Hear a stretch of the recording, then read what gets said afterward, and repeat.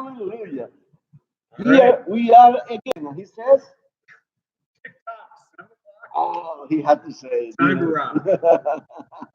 Well, this is an amazing day. I tell you, we have a lot of things going. We have a mess in the family, which is pretty typical of what happens today. But this is interesting. You guys are gonna have fun with this program, and I assure you that when we finish this, hopefully you're gonna help us with an idea about how this is gonna end. But you're going to see. So be ready. All Get right. yourself comfortable because we're going for a ride. Well, Jose's especially excited today because he wanted to talk about this last week. I know, So we I get to know. finally Let me get put into this online because I Genesis think some 27. people That's what in we're my doing. family deserve to have Hey, this. Courtney. Yes, Yeah. yes. So yeah, so we're looking at Genesis 27, and we're finding ourselves in the transition time, almost really, it is actually just about to transition from the second patriarch, the second father, if you will, of the people of Israel, of the God's called people who Christians count themselves apart. From Abraham, we've still got Isaac in the story. Now Jacob is going to be coming center stage in this text in a pretty strong way. So so Genesis chapter 27 is our focus, and we just want to remind you that this is, or another title is Bible Basics. We're here to give you some insight into how to read the Bible for yourself. Of course, anybody can do that. It's available in basically any language.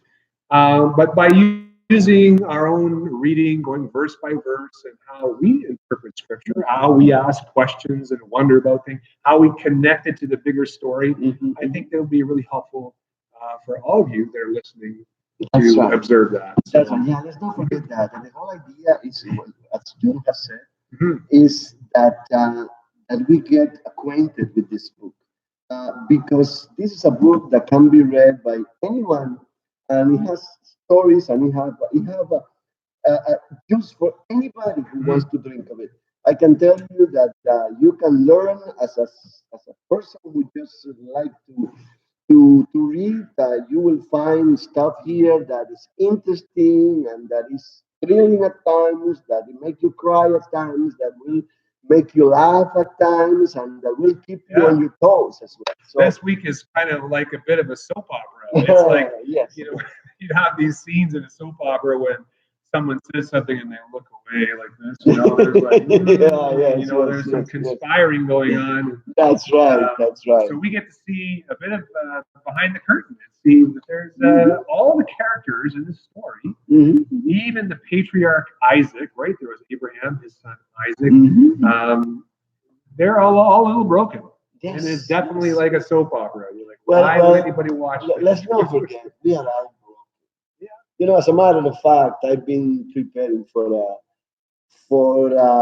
precisely a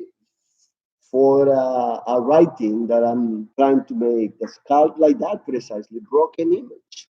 And it's because the truth is that we are broken. Like the Bible says very clearly, there's no one good, and there is a good reason for it.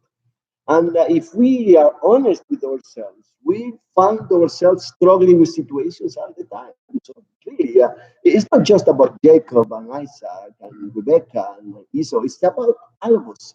We all have reasons for seeking redemption, and there's only one way to get that. But we're going to talk about that some more later. Yeah, well, in any good story, like a movie, like an action movie or a rom-com or whatever, there's always what makes you want to watch the story is that a problem comes into the story. Otherwise, it's boring. It's like, although Seinfeld, I guess, was really about nothing, supposedly. There was always a problem every episode. So that makes it more interesting, like this story. But it also makes it very relatable. It's really like a movie, this particular it is session today. Yeah, it is. It is. There's these different scenes, and so we're actually almost to the point of the story we mentioned once before. There's these what we call Toledoth in Hebrew. It is the generations, right? So the generations of Abraham I mentioned, and the generations of Isaac, and we're almost in the generations of Jacob. And Jacob's a lot more interesting than Isaac. Isaac's kind of boring. Isaac We've is acknowledged Isaac. I'm sorry, but I think he's the sissy of the family. He was a sissy, but yeah, in a lot of ways was faithful to what God wanted of Abraham, to trust him, to be in the promised land, and to stay. And so Isaac, his whole life, I don't know what age he is at this point, says he's getting old. He's stayed home. And I think you sense, and we've talked a little bit about this beforehand, a bit of, I don't know, bitterness in Isaac. Like he's been, and you see that a lot of times in the Bible where you see someone who's been a good character, you think, oh, what a good guy or a woman. And then later in their life, they just kind of go off the rails. Well, Isaac, it's pretty Isaac real just sit on the sideline. I mean, he got his wife brought to him. He got everything done for him. And even when he finally had to make a great decision, we're going to talk about that later. But when he finally had an opportunity to redeem himself, he still messed it up. Yeah. We're going to see that in a minute. So why don't we get started with because this is a very long. It is. All right. Really? Enough blabbing. People are watching. Genesis chapter 27. This is what we're reading tonight. And now, Jacob actually has been in the story before, right? That's right. And we'll relate back to that. So we won't retell that story. We'll connect it to this one. First, we saw him being born, then we saw him making the best deal ever in his life, in his youth. He made a transaction that was astounding how he pulled the stunt on himself. But we're going to see the consequences of that right now. So, would you like to? Sure. Genesis chapter 27. Mm-hmm. And we read this. Now it came about when Isaac was old and his eyes were too dim to see, that he called his older son Esau and said to him, "My son." And he said to him, "My son." And he said to him, which is Esau to Jacob, "Here I am." Isaac said, "Behold, now I am old, and I do not know the day of my death. Now, please take your gear, your quiver, and your bow, and go out to the field and hunt game for me, and prepare a savory dish for me, such as I love, and bring it to me that I may eat, so that my soul may bless you before I die." So this is kind of the introductory context for this whole story. This starts in these first 4 verses. So, so maybe I'll offer a few comments. So we mentioned already that Isaac is old and his eyes are dim. My eyes are dim, I cannot see. I have not brought my specs with me. So in the Bible, in a number of different stories, when the character's eyes are failing him, it's not just often implied that he just can't see physically, but there's a spiritual perceptive dimness that seems to be falling. Yes. In this particular case, he was getting blind. Yeah. But let's not forget that at this point, it's reasonable to understand why. I mean, the guy, according to most scholars, was in roughly 130 plus years. For example, Martin Luther tells us that, I mean, I don't know how he came up with that number, but he says 137. But most others agree that he was roughly about 135. Now, one important thing that we need to note on this is that if he was that old, you have to remember that he had Esau and Jacob at 60. Right. And if he was 130 something, then these two guys weren't little boys anymore either. They were up there. I mean, we're talking 70 plus years old. Yeah, I don't know where you get the math or where Martin Luther gets the math. I mean, I think you're right that Isaac lives to about 135 or 137. No, he lived to 108. Okay, now. Yes. Some other number. Yes. As a matter of fact, after this event, he lived an additional 43 years. We could see that later. We are going to get to see it later. But there's no like kind of temporal context to guess that he was at this point, because the last reference to age was in chapter 26, 34. It says Esau was 40 years old. And I think, didn't he have Jacob and Esau when he was 60 or something 60 like that? Yeah. years old. That's So the right. last reference to time in the verse before was that he was 100. So I don't know like how we get that he was 137. What we have here, They were not babies, Esau and Jacob. Sure. they definitely were not kids. Yeah. And obviously, Well, they behaved like they did, as a matter of fact. But we also have to remember that in those days, still the life of man was still extended significantly. It was shrinking pretty fast, but was still extended significantly.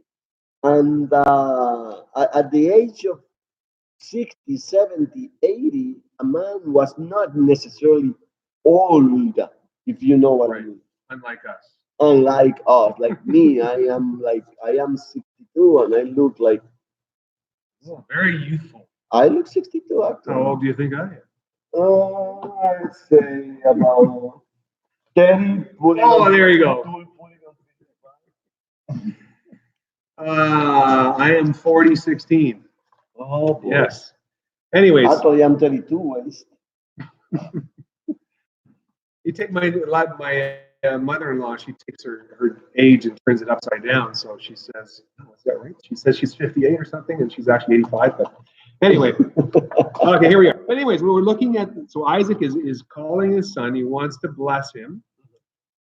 He says, "I don't know the day of his death." And certainly, he's getting older. Maybe he's thinking about the fact how old did my dad live to, right? And just wondering. And we certainly know that he does live a while longer. What drew my attention in this, and we'll see a little as we read on, was what he was blessing based on. But we'll get back to that in a minute when we read to when we read Rebecca. that portion. Yeah, let's do that.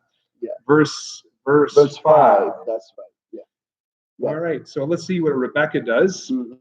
Rebecca is hiding in the wings, so she's being a little bit subversive, or whatever Well, that word is. actually, the Bible doesn't tell us that he was hiding or anything. He might have heard it casually, or maybe she was sneaking into the conversation. Well, let's read what it All right, says verse here. 5. Yeah. Now Rebecca was listening when Isaac spoke to his son Esau. So when Esau went to the field to hunt for game and bring it, Rebekah said to her son Jacob, I heard your father speak to your brother Esau. Bring me game and prepare for me delicious food that I may eat it and bless you before the Lord and before I die. Now, therefore, my son, obey my voice as I command you. That's a direct command from Rebekah. Go to the flock and bring me two good young goats, so that I may prepare from them a delicious food for your father, such as he loves. And you shall bring it to your father to eat, so that he may bless you before he dies. And should I stop there? Yeah, why don't we stop there? Yeah. And I can make the point I was Yes. noticing. Again, one of the things, this is again a bit of a tool to read scripture and to see maybe the deeper meaning behind it, is when we've got a situation where there's repetition. That's right. The Yes. Psalms actually uses repetition almost like poetry in Mhm. Hebrew. It repeats the same thing but changes it a little bit. In this case, of course, you've got the original story of Isaac encountering Esau, then Rebekah repeating the same similar story back. Mhm. Now, what I noticed was in verse 4 that when Isaac is speaking to Esau, he says this: prepare a savory dish for me, such as I love. So he's being very clear. I like the yummy stuff. Mhm. Bring it to me that I may eat, so that my soul, I don't know what does yours say? It says, my soul may bless you before My I. soul may bless you Okay. before I die. Now, this is That's- the King James version. So Mine- this is the ESV. Right. I know that the King James version says something very similar. Right. Yeah. So it says, so that my soul, and the Hebrew word there is for soul, is nefesh. So to me, when I read that, I'm like, well, I love this food, and out of my love for this food, there's sort of being fed by this yummy stuff, then I'm going to bless you. It feels very like him-centered, his hunger, his desires. But then when Rebecca shares this story to Isaac in verse 7, she says that Isaac had said this, bring me some game, prepare a savory dish for me, right?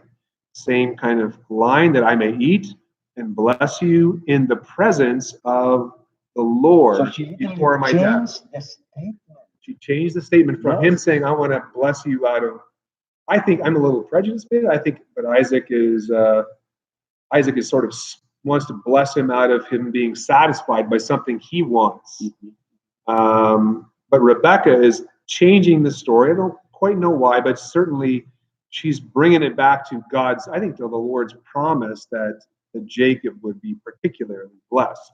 Now, you maybe have a different posture on that, but let me just finish my thought. And we can probably come back to this later when he actually does bless.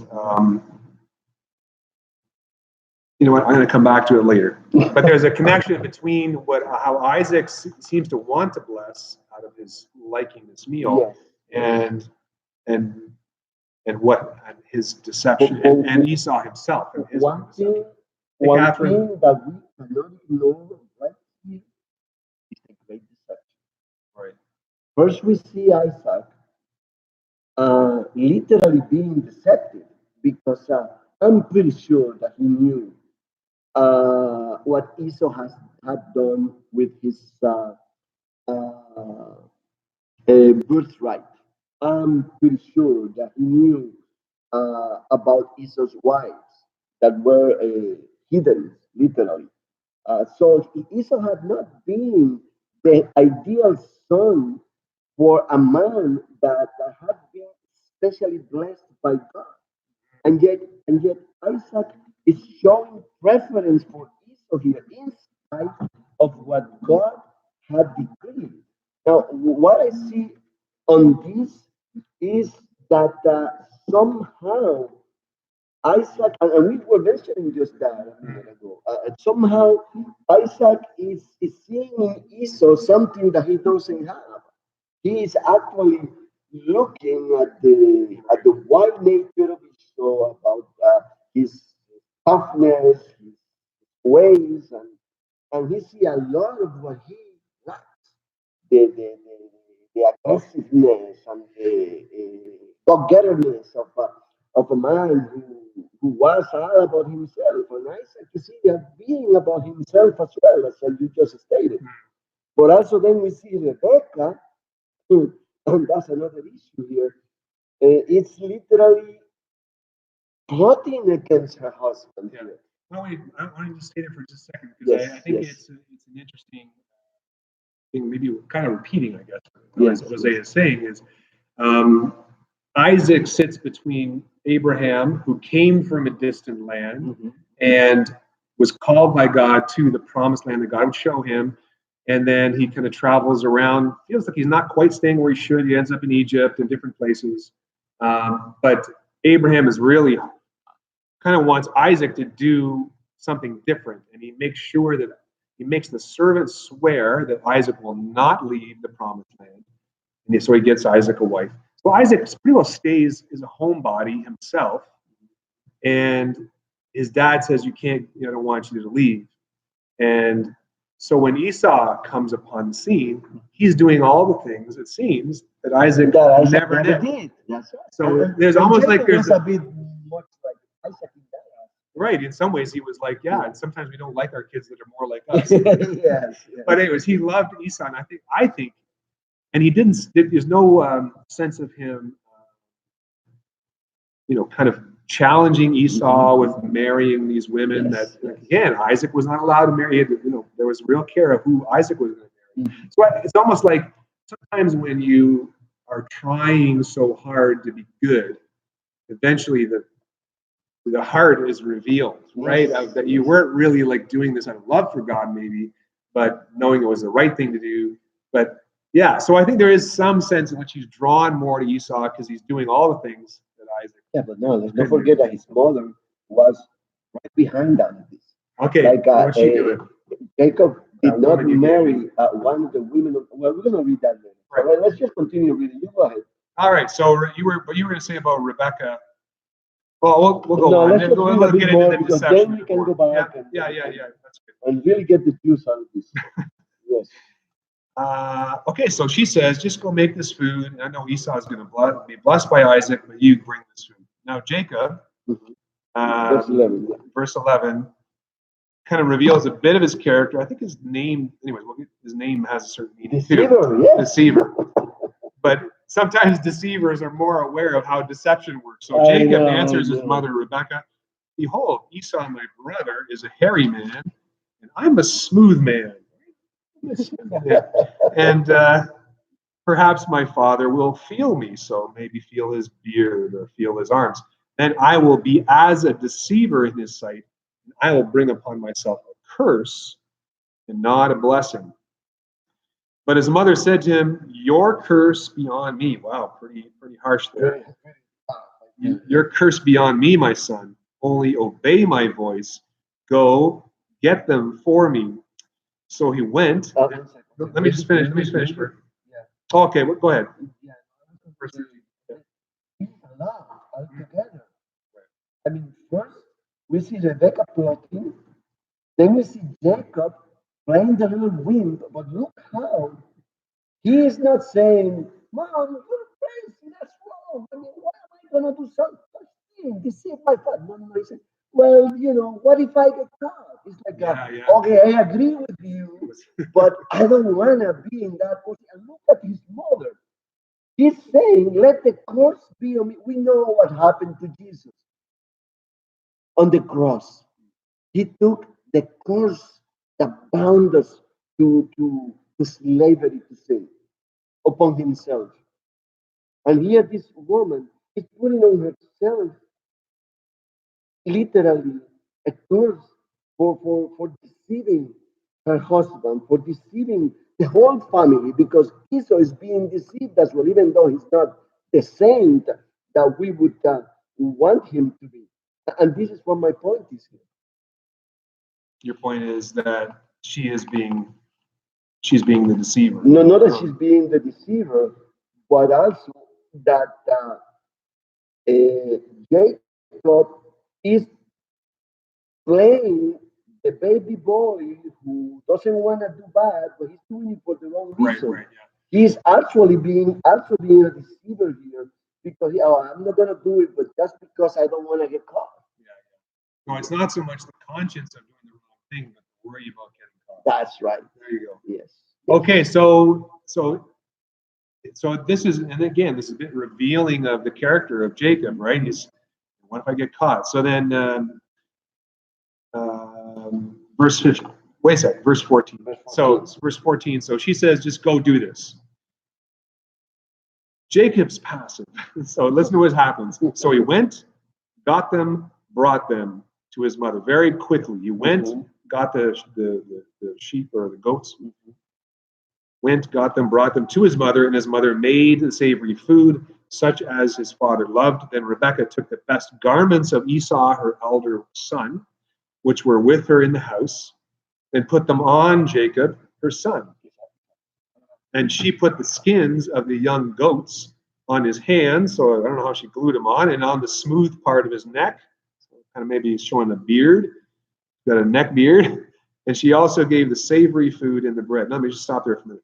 Oh, she also gave the savory food in the bread, which she had made to her son Jacob. Now, I look at this, I almost feel the most sorry for Esau in this whole story, but Jacob's like, okay, like you say, so she commands him and he goes, and then the mother makes it and he just takes it. She puts the clothes on him and she puts them on Jacob. It's like he's just standing there like this and letting it happen. He's very passively involved in Rebekah's action to deceive, but also, to me, it reveals a bit of Jacob almost not wanting to, maybe having it out when he gets let me caught. ask you a question. Was he being passive? Because yes, they were being done to him. Not acting is actually like acting.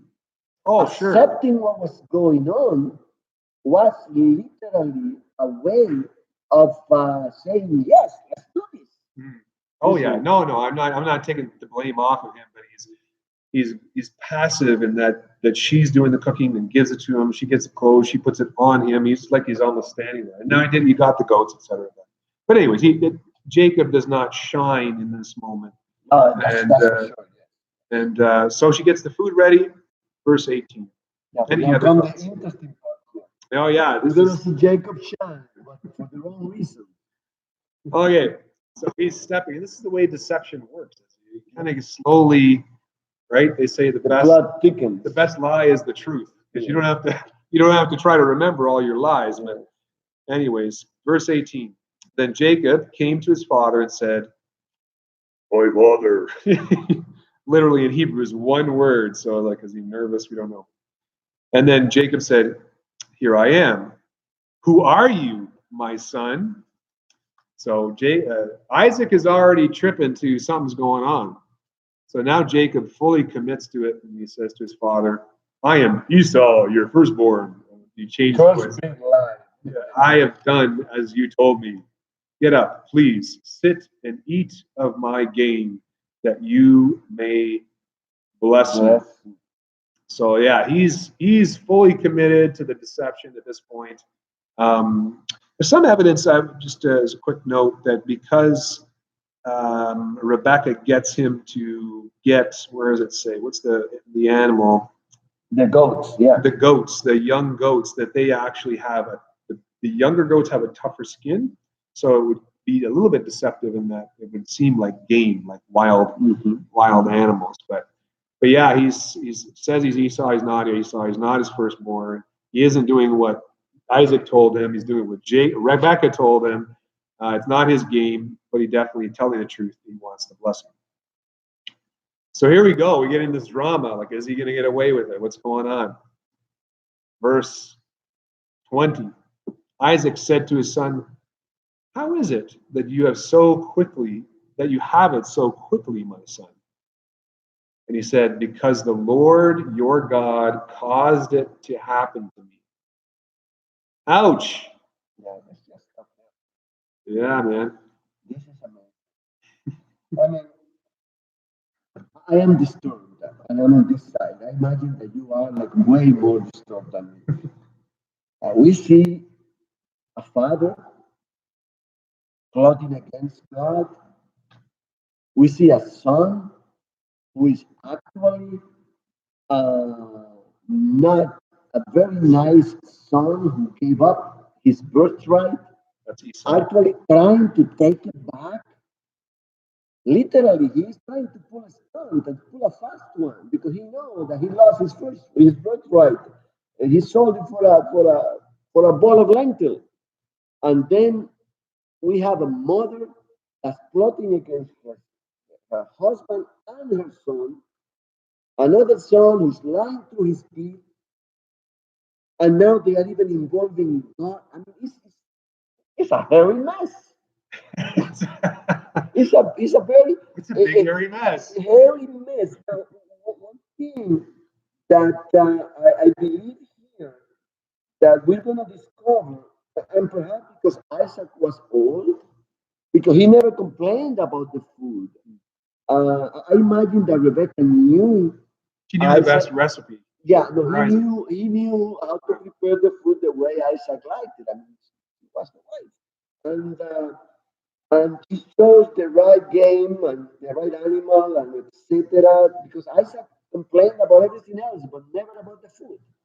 Yeah, it's as much as it's all these deceivers. What I mean, this is what I meant about the soap opera. Like, no one's innocent. Like, no one is innocent. No, even Jon Snow is not innocent.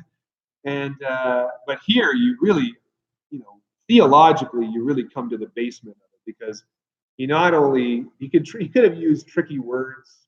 Some suggest when he says in verse 24, we'll read in a minute, he says, "Are you really my son Esau?" Isaac asks, and he says, "I am."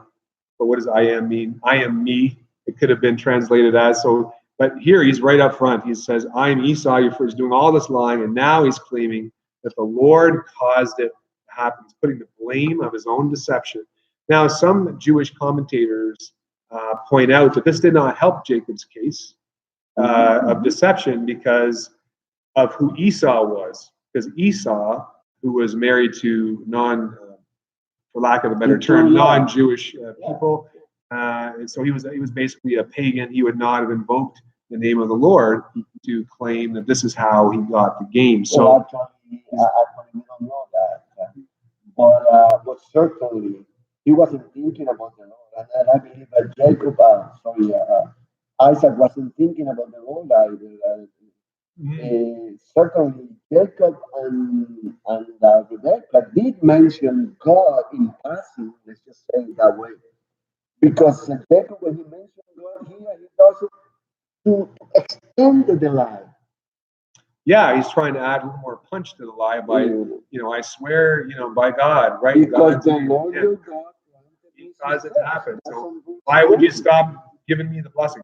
So Isaac, just to kind of recap in the beginning, is physically blind, but now you see Isaac in this drama using his wits, and now he's going to use more of his senses. His eyes don't work, but he is still not 100% sure. Then in verse 21, then Isaac said to Jacob, "Please come close that I may feel you, my son, whether you are really my son Esau or not." A strange thing. So he's definitely suspicious. So he's using his physical senses, even though he can't see with his eyes. He's going to reach out and touch Isaac. And of course, Rebecca, she's had this already.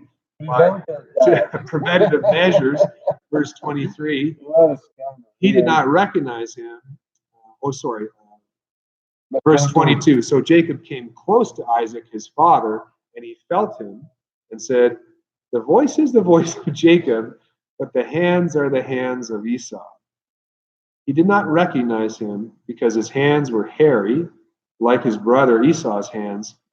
So he blessed him. And actually, the blessing, the unfolding of this blessing continues on. A lot of times in the scripture, you'll see that there's like a summary statement, and then what follows is it hasn't happened in that moment, but it's kind of like a title, if you will, of what is about to happen. Because Isaac does not stop interviewing this person he can't see. Isaac was completely suspicious. But now, one important thing, John, is Isaac was suspicious, but Isaac knew he was going against God's will. I am, the more I read, the more convinced I am of this. Yeah, again, this is we're kind of in area of speculation because we don't 100% know. Was Isaac going against the knowledge that Rebecca heard that Jacob would become the blessed one, or did Rebecca keep that to herself because Isaac loved Esau? We don't really 100% know, but obviously, yeah, Isaac is also deceiving himself to a certain extent. Now, let me ask you a question here. You have a wife. I have a wife. And let's just assume that God come and tell her something like this. Right? What would be the first thing that she does? We don't know. She gonna rush into you and tell you, "I think my wife would." Well, yeah, it could be, but it could also be the fact that we know that Isaac, she knew that Isaac loved Esau more because. Well, but the thing is that she knew this even before the children were born, and this is my point. Like they before the children were born is when God spoke to her about this, and I'm convinced that in a situation like this, I mean, they were expecting, they were both jolly about it, then God come and speak to her. She's not gonna tell. So if that's, let's speculate. Let's say that we would assume that she would tell her husband. Then that certainly colors Isaac's intention to bless Esau anyway. Yes, that's right. As being very, very, rebellious against what God was saying. That's what I'm talking about. But yeah, we don't. There's no communication of that. And yeah, I know. The Bible doesn't say this. In fact, you mentioned assuming based on what we know of the nature of man, it's easy to assume that in a situation like that, the woman is pregnant, she's waiting for the baby, she's having a troubled pregnancy, and then all of a sudden God come and tell her the reason why the trouble. And she understands that the only reasonable thing to assume is that she doesn't tell her husband, I know why this is happening. Because Yeah. Well, and this is where this is part of what get these kind of questions get you to read scripture more and kind of go back. Like, did he tell her? Or did he not tell her? This is just part of what we're even exercising right now. Yes. But if we speculate that Rebecca, which would be a natural thing for her to do, say, oh, by the way, it's the second one that's born that's really important.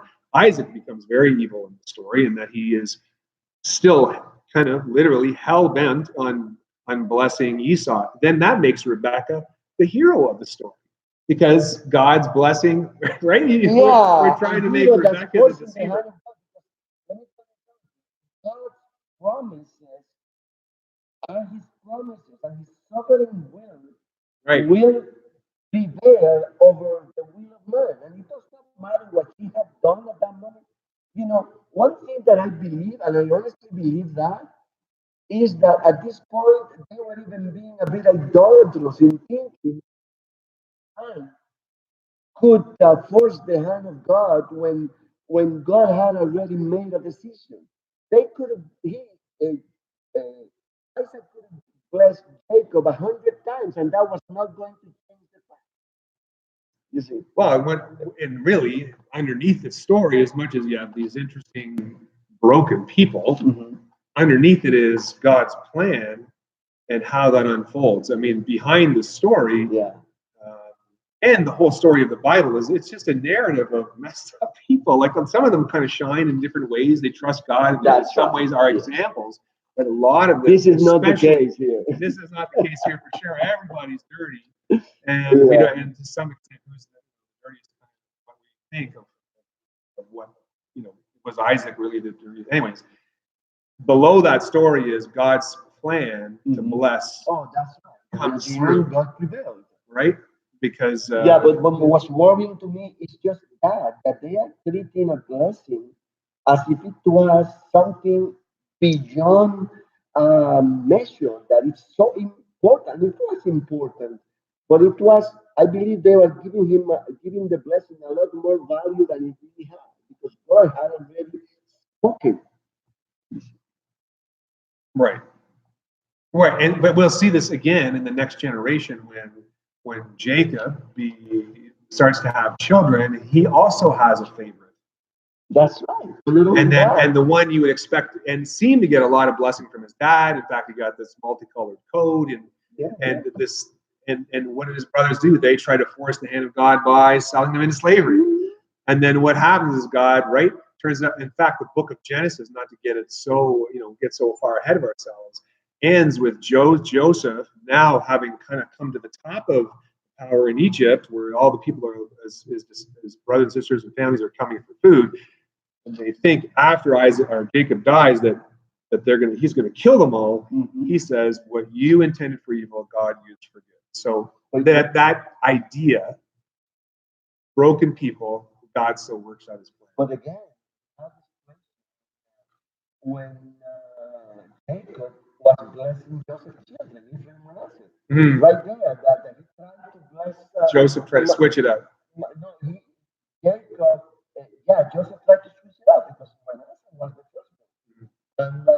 We're talking about stories you guys haven't read. And Jacob, and Jacob literally turned his hand and blessed Ephraim, who was the second one. We have the same picture. Yeah. Here we go. All right. So now, Isaac is suspicious, but he sees that that the hands he touched in his face is hairy, and then he asks again. Isaac said in verse 24, "Are you really my son Esau?" And Jacob said, "I am."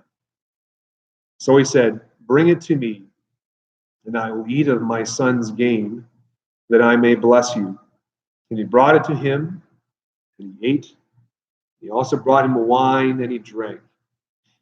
And then his father Isaac said to him, "Please come close for one more test." I just need to keep trying here. "Please come close and kiss me, my son."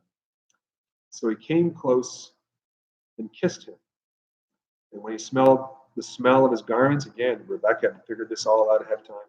He blessed him and said, "See, the smell of my son is like the smell of a field which the Lord has blessed. Now may God give you," and then he gives the blessing. Okay, "now may God give you the dew of heaven and of the fatness of the earth and an abundance of grain and new wine. May people serve you and nations bow down to you. Be master of your brothers. May your mother's sons bow down to you. Cursed be those who curse you, and blessed be those who bless you." Again, this is an echoing back, a repetition of Genesis 12, the first blessing of Abraham, Jacob's grandfather. That's right. That's right.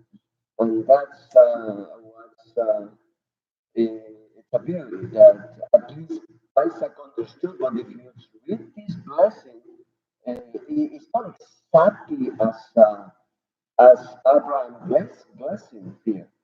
You see, however, it's like John says, it's echoing back to the blessing of Abraham, and yet we know that somehow Jacob was very, very suspicious. Let's just find out what happens. Mm. What do you think? Let's do it. Well, no, let me say a few more things about this encounter. It just strikes me, and again, this is also a bit of a way of reading scripture sometimes, because there is one story that starts from Genesis and ends in Revelation. The key turning point, the hero of the story that solves the problem is the coming of Jesus. And as much as it's entertaining, we see all this deception going on. The final question after Isaac asks, "Are you really my son?" and Jacob kind of quietly says, "I am." And then he says, "Bring the food." And then he asks, and Jacob doesn't say anything more, but he says, "Please come close and kiss me, my son." And he came close and kissed him. And the kiss is the final deception. It is the final deception of the story. And later on, Jacob gets his comeuppance in a lot of ways, and as the story continues. But to me, this is an illusion. It doesn't necessarily mean this was the original intent. But in the story of Jesus, I was thinking about how does this connect to Christ? Mm-hmm. Well, we have Jesus was, had walked with his family, really his disciples, all those times, and then Judas was moved by Satan to betray him. This is the final betrayal of someone closest to him. And when he sees him in the Garden of Eden, the sign that Judas had set up with the guard was, because they didn't seem to know who Jesus was in the dark, that I will kiss him. Mm-hmm. And as he walks up to Jesus, Jesus says, "Are you going to betray me with a kiss?" Betray me with a kiss. And so there's I think there's a bit of a poignancy as Jacob's lies become more silent, the power of what he's done, and his final deception. And you think this is the end, like how could you deceive your father, and how could this ever turn for good? But of course we know that it will. And of course with Jesus, his betrayal by something that's supposed to show love and relationship, just like this one. God, of course, turned that to his death on the cross, but the liberation of all people and all deception and all sin. The defeat of Satan, who was the great deceiver, was done on the cross, and the turning point was that kiss. So, and we cannot do that. I mean, there's deception, there's trouble ahead. I mean, there's trickery, when there is lying, when there is doubt, and here we see Rebecca is a great manipulator. She's manipulating everybody. She's manipulating her husband, her two sons, because Jacob is allowing her to manipulate him, but she's still being manipulated. So Rebecca becomes here the great manipulator, and yet we're going to see the consequences of our. It could not end up well for obvious reasons. So much lies, so much deception had to end up in trouble. And we see it in the following verses. Yep. And again, I mean, it's always something we want to keep remembering. repeat is that if you have any questions or comments as we're talking, this is supposed to be interactive, so we love it if you just if you made some kind of comment. All right, so he gets blessed by his father, a repetition of Abraham's blessing, verse 30. Now it came about as soon as Isaac had finished blessing Jacob, and Jacob had hardly gone out from the presence of Isaac his father. It was like it's a whole stage shift, that Esau, his brother, came in from his hunting. Then he also had made savory food and brought it to his father, and he said to his father, "Let my father arise and eat of his son's game, that you may bless me." Isaac his father said to him, Who are you? "Who are you?" Sound like and he said, "I am your son, your firstborn, Esau." Then Isaac trembled violently and said, "Who was he then that hunted game and brought it to me, so that I ate of it, all of it, before you came and blessed him? Yes, and he shall be blessed." Stop right here. Yeah. I mean, here, I think that here Isaac, because look what it says here. He trembled violently. I know that Spurgeon, in an article, Charles Spurgeon from yeah. the 1800s. yeah, Preacher. speaks of this by saying that the meaning, the Hebrew meaning of this word speaks of a very great trembling. It's like he trembled in his trembling. And what we can draw out of this is that somehow Jacob realized that God had outsmarted him, that he did not get away with what he wanted to do. And here we see a guy that realized that what had to happen took place. And he said finally, yes, and he shall be blessed. In other words, he recognized that Jacob deserved the blessing. And so he just say, it is what it is, and it's staying that way. I, I truly believe that at this point, Jacob could not say any other words. He was truly taken. He was truly convinced that God put him in his place by doing this. Yeah. All right. So then Esau, he entered the story at the beginning, and now he comes back. When Esau heard the words of his father, he cried out with an exceedingly great and bitter cry. So Isaac's shaken like an earthquake, and Esau's like, "What?" And he said to his father, "Bless me, even me also, O my father." And he said, this is now Isaac speaking. Isaac said, "Your brother came deceitfully and has taken away your blessing." All the pieces kind of just fit together all of a sudden, and he realized that it was the voice of Jacob. It was Jacob. And then he said, "This is I think Esau.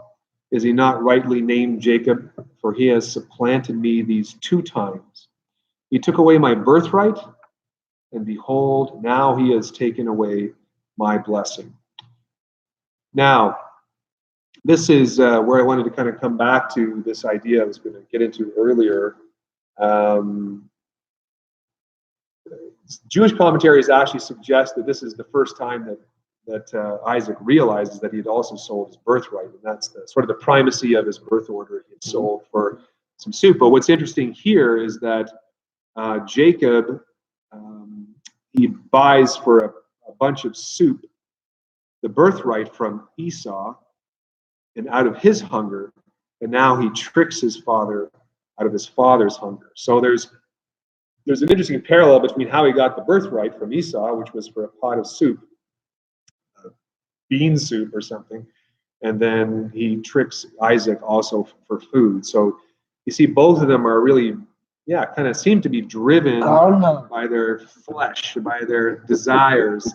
And so, there's, again, a bit of a parallel between Isaac and Esau. No wonder that he loved him. That's right. That's Yeah. right. But, Yeah. but the one thing that we need to notice here that Esau was pretty quick to give up his birthright. Mhm. I mean, it was a spiritual right that he had, according to the established rule of Israel. And, and yet he did not think about it twice when he sold his uh, his his right, his firstborn right, and yet he's saying here that it was stolen from him. So now, what I believe is that Esau here is looking at the blessings that he's missing out, but not the spiritual blessing. Never mind, he's not worried about that. He's looking at the blessing, the material blessing of being uh, blessed to prosperity, blessed to have all the rights of the firstborn, to inherit everything, and all that other stuff that came with it. He's not worried about anything spiritual at this point. Yeah, he's realizing that he's missed the boat, and it's done. I mean, the blessing has been given. This was always God's intent to bless Jacob, not because, and this is the nature of God's grace all the way in the Old Testament. This is another example that God blesses specific people, not because they're awesome in themselves. Abraham and Sarah, they couldn't have kids, yet God says, "I'm going to build a nation around you. It's going to change the world." How is that possible? I'm like 100 years old. I still don't have kids. God says, "I don't care. You don't have to be something amazing within yourself for God to use us." And Jacob is going to become that person through whom everything changes, through a whole nation begins to be generated. I mean, and we see here God's grace and Oh, absolutely. all of these called for an execution. Yeah. And yet God tolerates all this, and yet He continues to be the hand that moves the events to the way that Jacob become what today is the nation of Israel. Yeah, and then of course we're going to go on. We'll have to be maybe a bit selective about what chapters we go forward with, but there's quite a lot of story about Jacob himself, and later he himself becomes deceived. Right? Here, Jacob's name means to seize or to grab or whatever. But later on, he himself is deceived multiple times. God, I think, kind of forms Jacob through this experience, right? And it's God. He blesses those he calls, and that's what Jacob gets. He gets a blessing, but he also, the main blessing is his walk with God that begins to change. So Isaac says, "Have you not reserved a blessing for me?" Verse 36. Isaac replied to Esau, "Behold, I have made him your master. All his relatives I have given to him as servants. And with grain and new wine I have sustained him. Now as for you then, what can I do, my son?"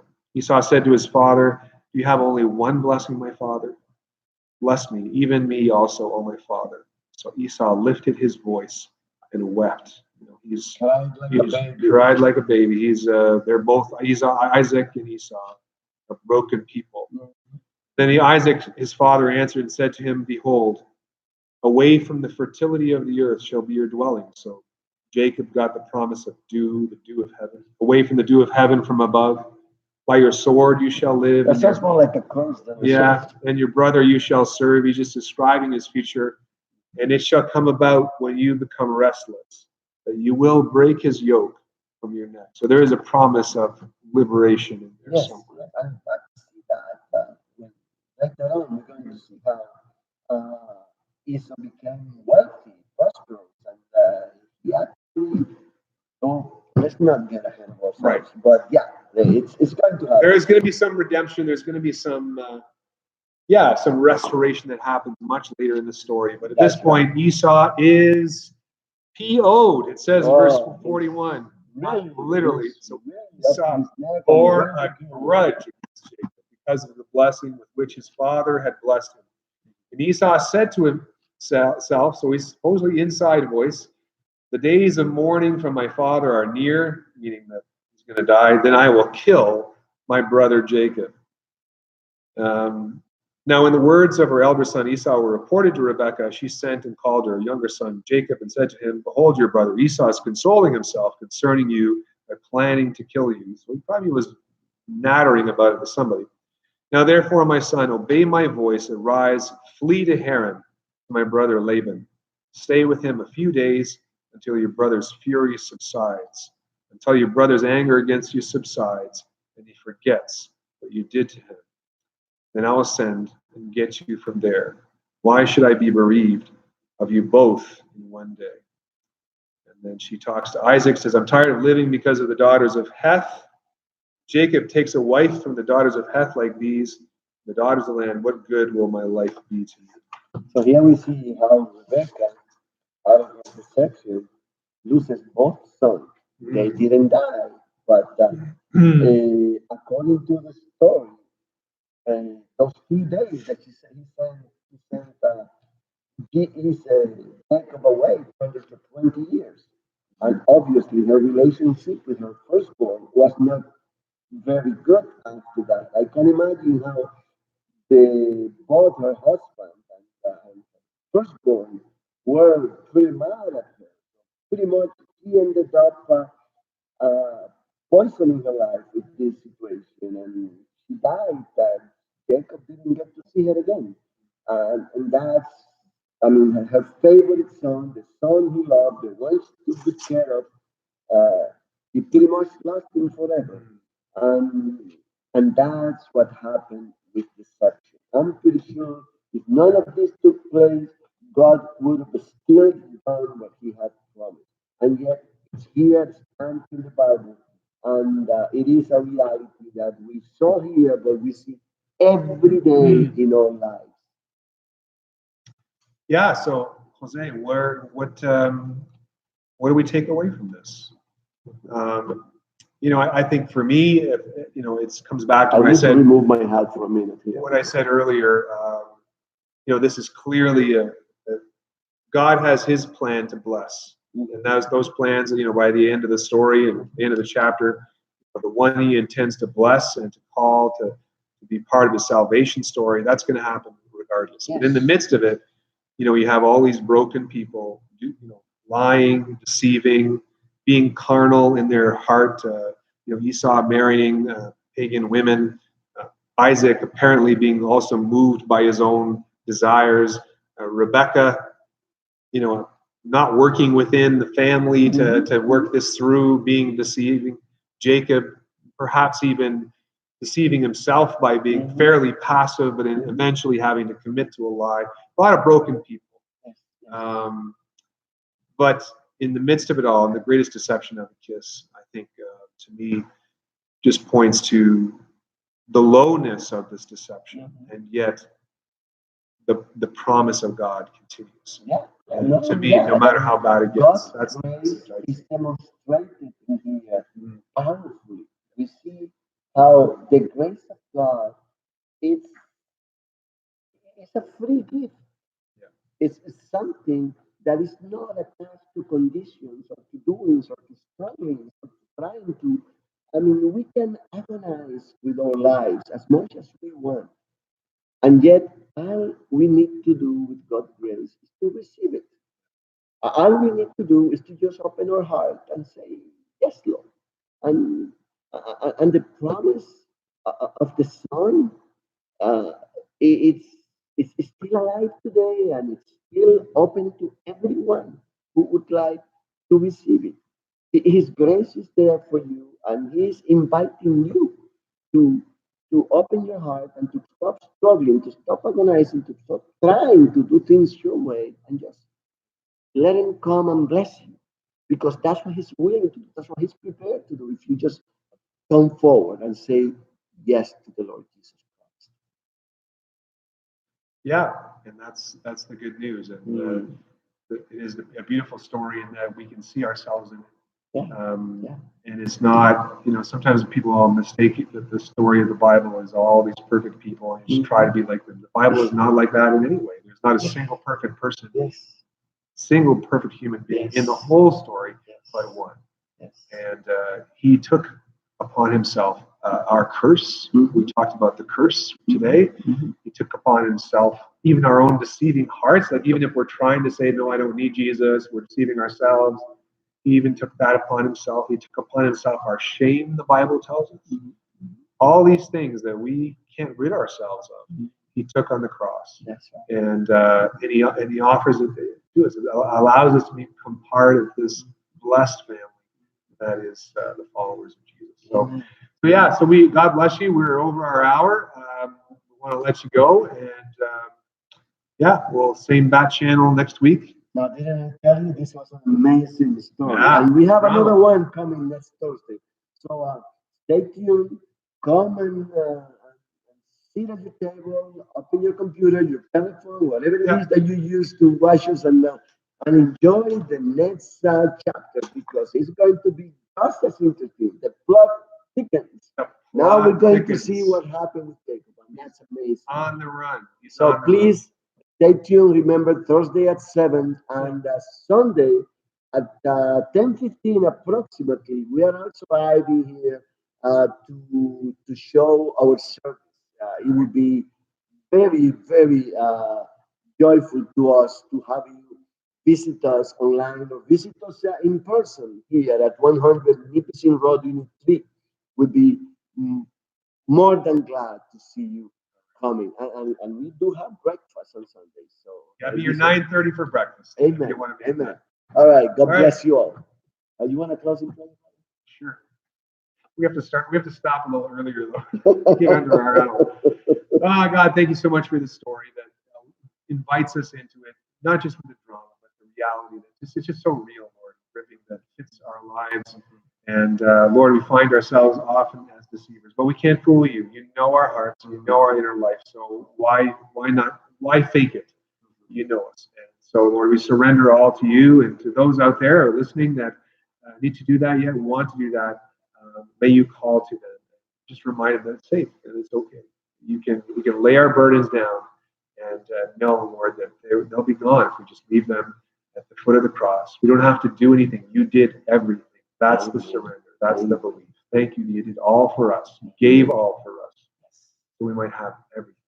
We pray this all in Jesus' name. In the holy name of Jesus. Amen. Amen.